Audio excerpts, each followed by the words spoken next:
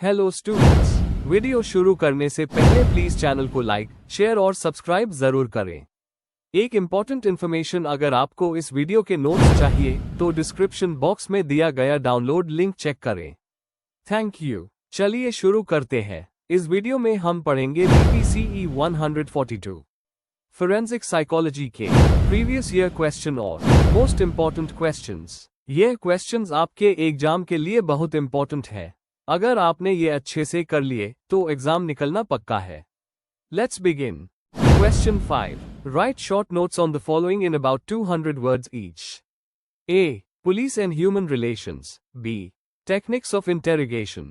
Question explanation. इस question में हमें दो अलग अलग शॉर्ट नोट्स लिखने हैं। पहला पुलिस और पब्लिक के बीच के संबंध पर और दूसरा इंटेरोगेशन यानी पूछताछ के तरीकों पर। दोनों टॉपिक्स को क्लियरली डिफाइन करना है और उनका फोरेंसिक साइकोलॉजी में क्या इंपॉर्टेंस है ये बताना है। आंसर। इंट्रोडक्शन। पुलिस और इंटेरोगेशन दोनों फोरेंसिक साइकोलॉजी और क्रिमिनल इन्वेस्टिगेशंस के मेन पार्ट्स होते हैं। पुलिस पब्लिक रिलेशन से कानून व्यवस्था बेहतर बनती है और इंटेरोगेशन टेक्निक्स से सच्चाई सामने आती है। इन दोनों को समझना जरूरी है ताकि जस्टिस फेयर और एथिकल हो। A. Police and human relations. Definition and importance. Police और ह्यूमन रिलेशंस का मतलब है पुलिस और समाज के बीच के इंटरेक्शन। अच्छे संबंध से लोगों में ट्रस्ट बनता है और क्राइम रिपोर्ट करने में भी मदद मिलती है। Objectives and functions. पुलिस और सोसाइटी के बीच समझदारी और सम्मान का रिलेशन बनाना। कम्युनिटी पुलिसिंग को इम्प्रूव करना और कॉन्फ्लिक्ट्स को कम करना। पुलिस को ज्यादा अप्रोचेबल और रिस्पॉन्सिबल बनाना। की एस्पेक्ट्स। कम्युनिकेशन। साफ और सही बातचीत ट्रस्ट बिल्ड करती है। ट्रांसपेरेंसी। पुलिस अगर सच और सही जानकारी देगी तो लोग उन पे भरोसा करेंगे। सेंसिटिविटी। डोमेस्टिक वायलेंस या जुवेनाइल केसेस जैसे मामले में संवेदनशील रहना इंपॉर्टेंट है। चैलेंजेस। पुलिस ब्रूटैलिटी, पावर का गलत इस्तेमाल या भेदभाव जैसे इश्यूज रिलेशंस को खराब कर देते हैं। इमोशनल इंटेलिजेंस और पब्लिक डीलिंग में ट्रेनिंग की कमी भी प्रॉब्लम बन जाती है। Role of forensic psychologist. Police को एम्पैथी और नेगोशिएशन सिखाता है।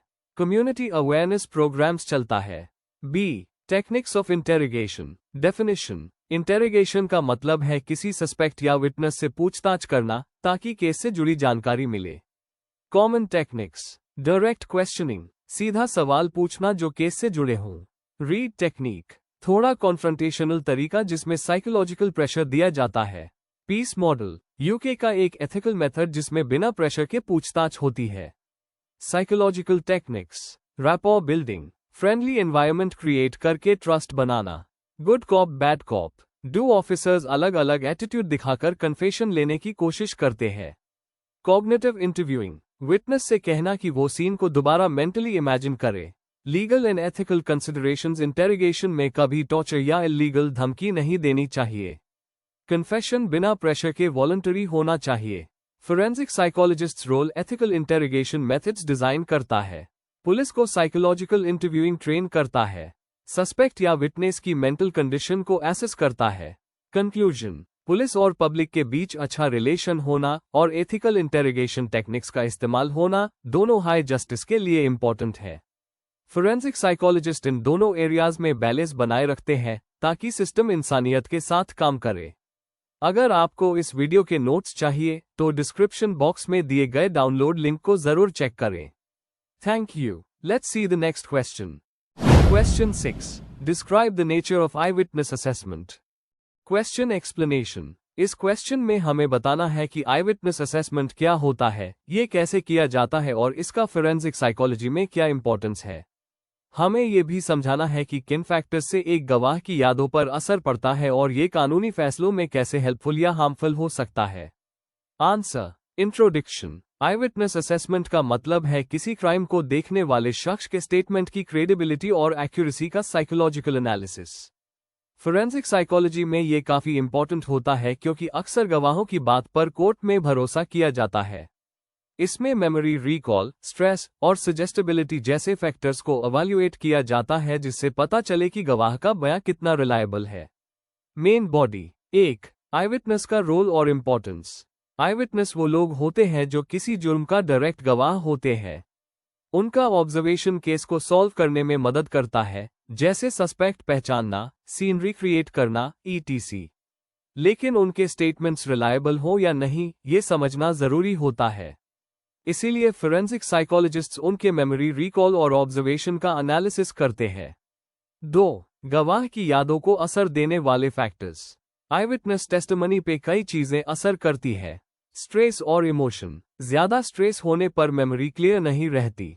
लाइटिंग और विजिबिलिटी। अंधेरा होने पर चेहरे या डिटेल सही से नहीं दिखते। Weapon focus. अगर क्रिमिनल के पास वेपन हो तो गवाह सिर्फ उसी पे ध्यान देता है, चेहरा भूल जाता है।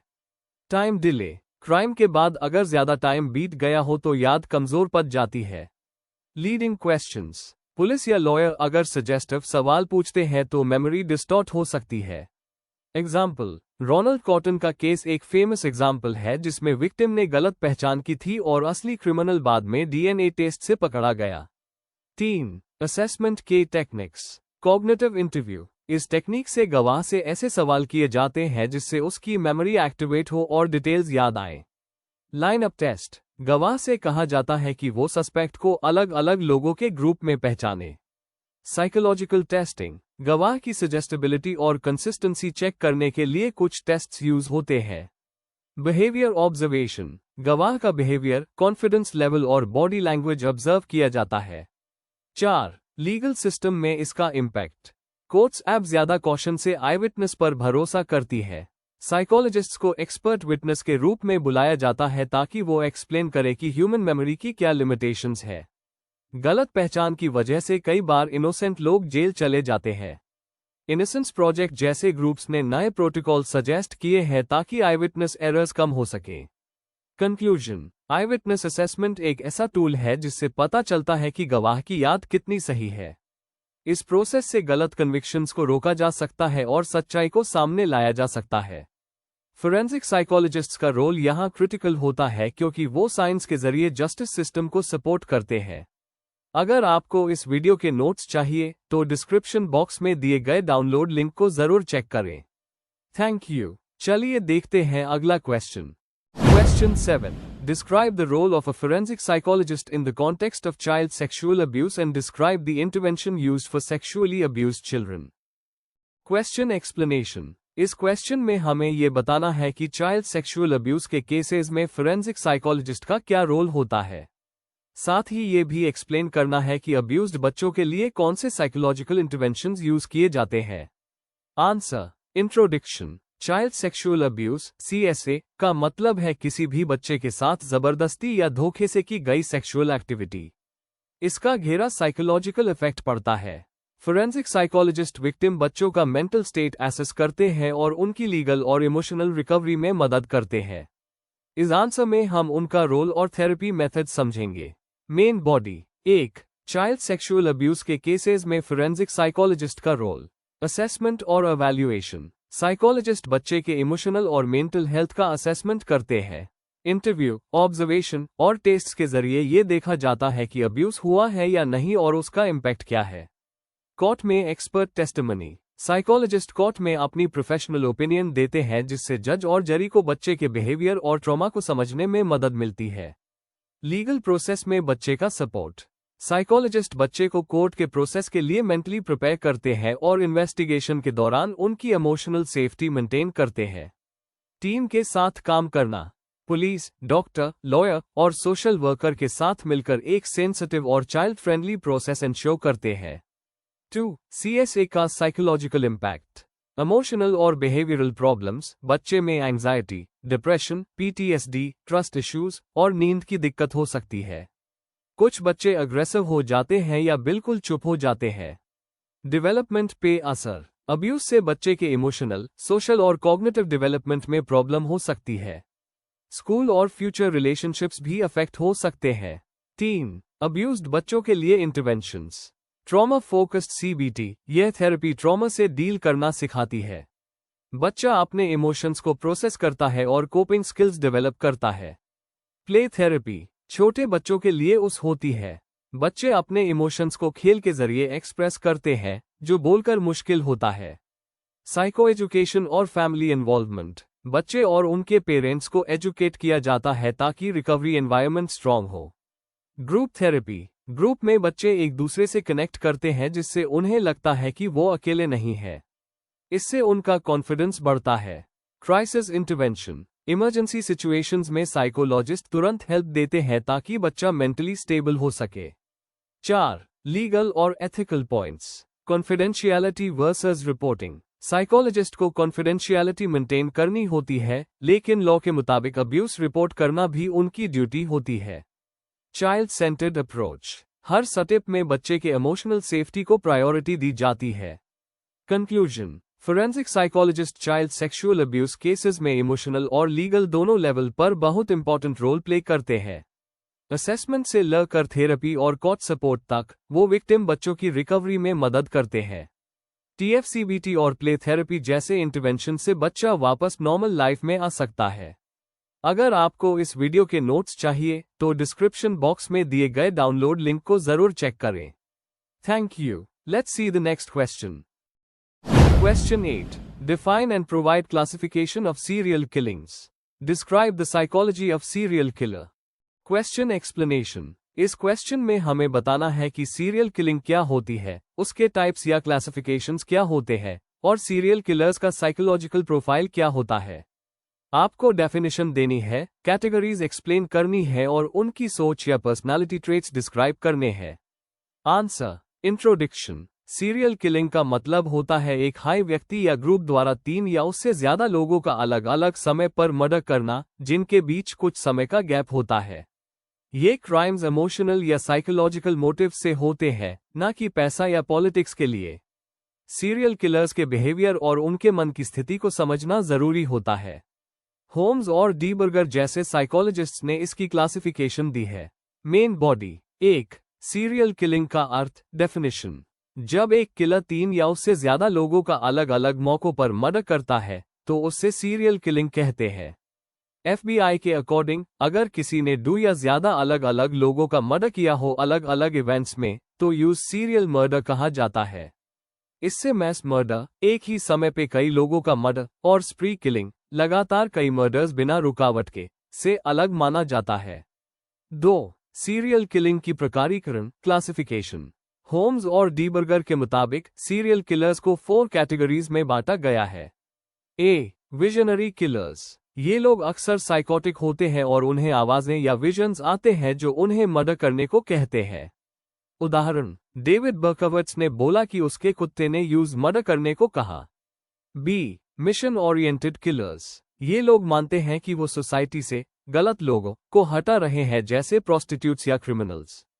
इनमें गिल्टी फीलिंग नहीं होती। सी. हेडनिस्टिक किलर्स। ये प्लेजर के लिए मर्डर करते हैं, चाहे सेक्सुअल हो, थ्रिल हो या पैसा हो। सब टाइप्स है। लस्ट किलर, सेक्सुअल प्लेजर के लिए। थ्रिल किलर, मजा आता है। कंफर्ट किलर, फाइनेंशियल गेन के लिए। डी. Power control killers. इन्हें कंट्रोल और पावर का फीलिंग चाहिए होता है। ये किलिंग प्रोसेस को लंबा करते हैं ताकि उन्हें डोमिनेंस का फील हो। 3. सीरियल किलर्स की मनोवैज्ञानिक सोच। साइकोलॉजी। ए. बचपन का ट्रॉमा या अब्यूज। कई सीरियल किलर्स का कहना है कि उनका बचपन अब्यूसिव या ट्रॉमेटिक था। इस वजह से उनकी इमोशनल ग्रोथ डिस्टर्ब होती है। बी. साइकोपैथी और एंटी सोशल पर्सनैलिटी। ये लोग गिल्टी फील नहीं करते, दूसरों को मैनिपुलेट करते हैं और उनमें एम्पैथी नहीं होती।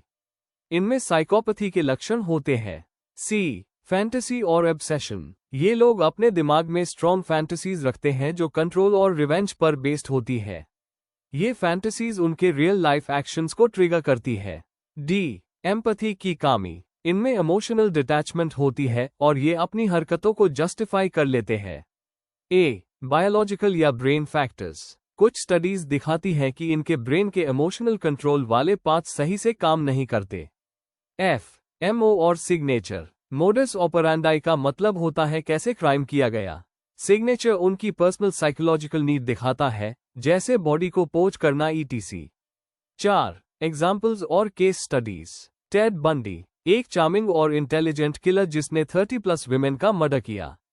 उसमें साइकोपैथिक ट्रेट्स, द मैनिपुलेटिव और एम्पैथी की कमी। आइलीन वुओनोस, उसने 7 आदमियों का मर्डर किया, कहा कि सेल्फ डिफेंस था, पर एक्सपर्ट्स ने यूज मिशन ओरिएंटेड किलर माना। कंक्लूजन। सीरियल किलिंग एक कॉम्प्लेक्स साइकोलॉजिकल और बिहेवियरल प्रॉब्लम है। इसके क्लासिफिकेशन से लॉ एनफोर्समेंट को प्रोफाइलिंग में मदद मिलती है। सीरियल किलर्स की साइकोलॉजी उनके traumatic past, anti social traits और फैंटेसाइज थिंकिंग से जुड़ी होती है। इन्हें समझना जरूरी है ताकि ऐसे क्राइम्स को रोका जा सके। Before we end, please like, share and subscribe the channel for more such study materials and one important information अगर आपको नोट्स चाहिए तो डिस्क्रिप्शन बॉक्स में डाउनलोड लिंक दिया हुआ है, जरूर चेक करें। Thank you.